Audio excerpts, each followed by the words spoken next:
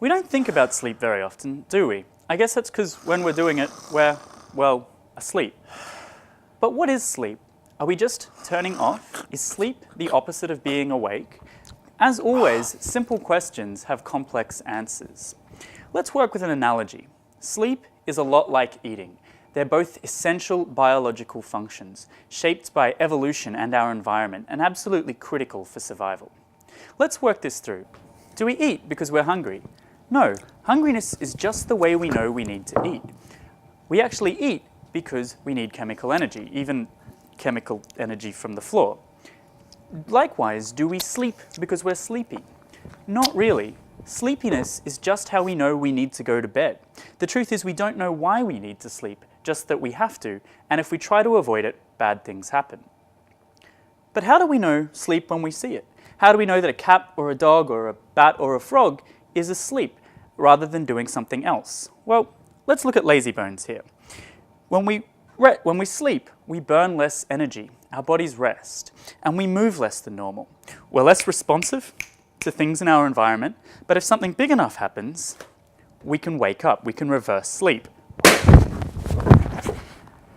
And we have a sleep rebound. If we don't get enough sleep now, we have to have more sleep later. And these are the qualities of an essential biological function, just like eating. We eat so we have chemical energy to burn, we eat at the expense of other activities, and if we don't eat enough now, we have to eat more later. But what's happening inside our heads when we sleep? There are two brain states associated with sleep: REM sleep, short for rapid eye movement sleep, and non-REM sleep.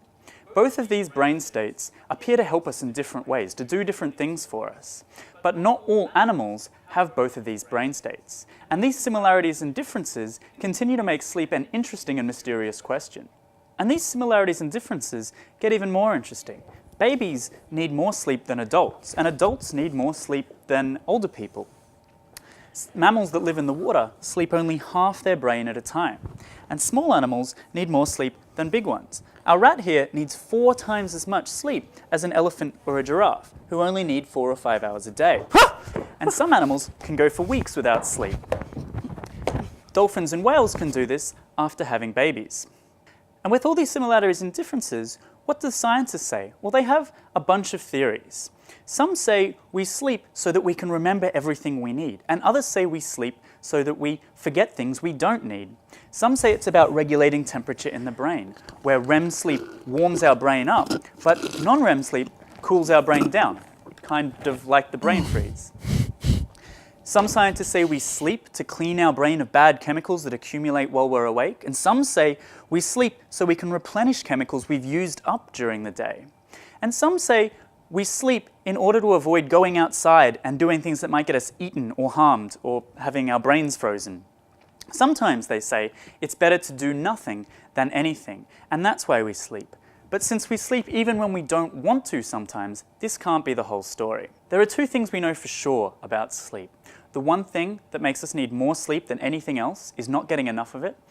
And the second is when we think about sleep, we need to think about our environment. And this kind of makes sense. Evolution has shaped how we behave so that we survive and has given us essential biological functions. And just as evolution has shaped how we eat, it has also shaped how we sleep. Squirrels are afraid they'll run out of food in the winter, so they hide nuts in the fall.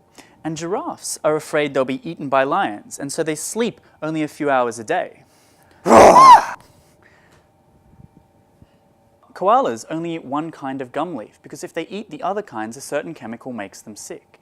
And dolphins will drown if they don't get to the surface of the ocean, and so they only sleep half of their brain at a time. And rats are well-adapted scavengers, and they eat just about anything, including lazy bones here. But lions are apex predators. They don't fear for any animal, and so they sleep whenever they want. So what is sleep? The best way to think about sleep is as an essential biological function, special in its own way, shaped by evolution and our environment. Every animal needs to sleep, and every animal that sleeps in a slightly different way. And that's the problem. We don't have a grand unified theory of sleep, a theory that explains everything for everyone. And this is a real-world mystery, open to future scientists like you to solve. What is sleep?